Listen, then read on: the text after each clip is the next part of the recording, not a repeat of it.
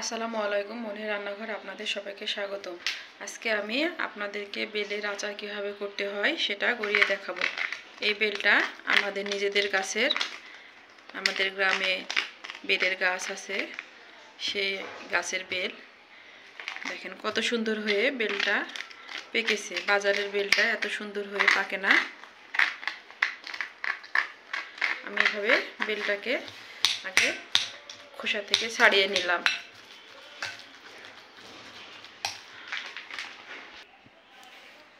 এরপরে যে শুকনা মরিচ আমি ভেজে নিয়েছি, শুকনা খোলাতে ভেজে নিয়েছি, আর রসুনটাকে খোসা ছাড়িয়ে নিয়েছি। এই দুটাকে আমি ব্লেন্ডারে পেস্ট করে নিব।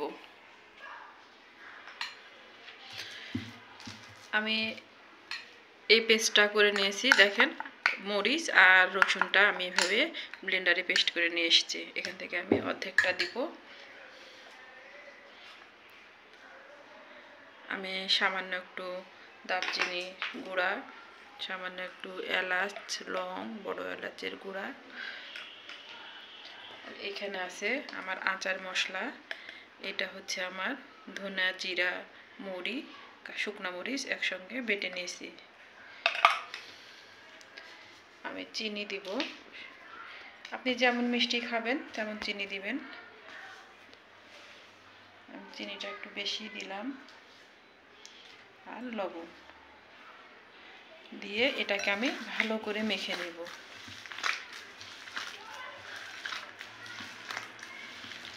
এভাবে এটা বানিয়ে রাখলে ফ্রিজে অনেক দিন থাকে, 5-6 মাস এটা থেকে যায়, নষ্ট হবে না। নরমাল ফ্রিজে আপনি রাখতে পারেন। আর যদি আরও বেশি সময় ধরে রাখেন তাহলে অবশ্যই ডিপে রাখবেন। আমার চ্যানেলটি যারা নতুন দেখছেন, এখনও সাবস্ক্রাইব করেননি, তারা আমার চ্যানেলটি সাবস্ক্রাইব করবেন। আপনারা এই ভর্তাটা বানিয়ে খাবেন। এটা আসলে ভর্তা না, এটা আচার, কিন্তু অনেকে এটাকে ভর্তা বলে। আপনারা এইভাবে ভালো করে মেখে নেবেন। এটা যত মাখবেন তত বেশি স্বাদ। আমি খুব ভালোভাবে এটাকে মেখে নিয়েছি।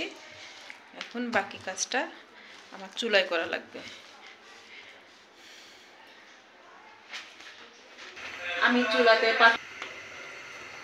আমি এখন পাতিলে একটু তেল দিয়ে দিলাম। অল্প তেল দিব, বেশি তেল দিব না, অল্প তেল দিব। জালটা আপনি লো হিটে রাখবেন, নাহলে কিন্তু এটা পুড়ে যাবে।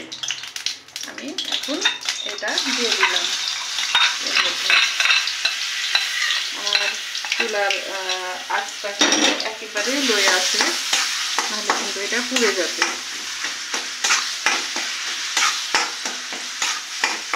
এইভাবে এটাকে তেলের উপরে কিছুক্ষণ নাড়াচাড়া করতে হবে, মানে তেলটা যেন সম্পূর্ণ ভালোভাবে মিশে যায়।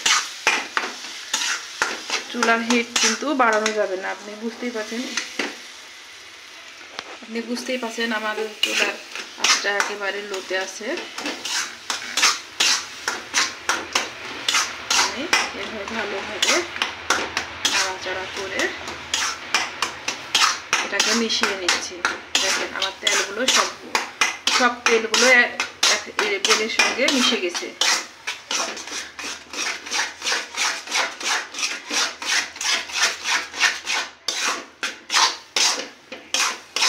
আমার জাল কিন্তু আমি বাড়াইনি, একেবারেই লোতে আছে।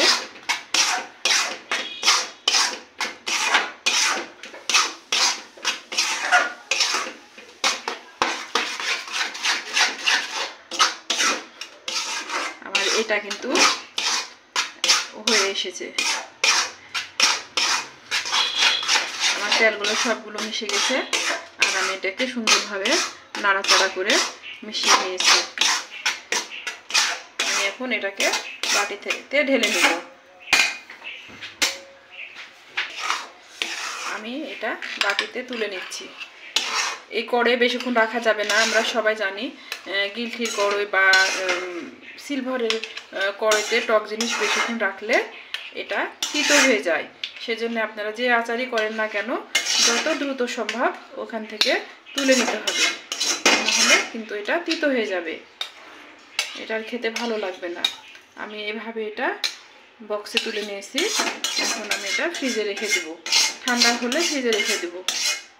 আপনারা যতদিন মন চাইবে এটা তখন খেতে পারবেন, অসুবিধা নাই। কিন্তু বেলটা তো সবসময় পাওয়া যায় না, সেজন্যে যখন পাওয়া যায় একবারে এটা করে নিতে হয়। আজকের মতো আমি এখান থেকে বিদায় নিচ্ছি। আসসালামু আলাইকুম।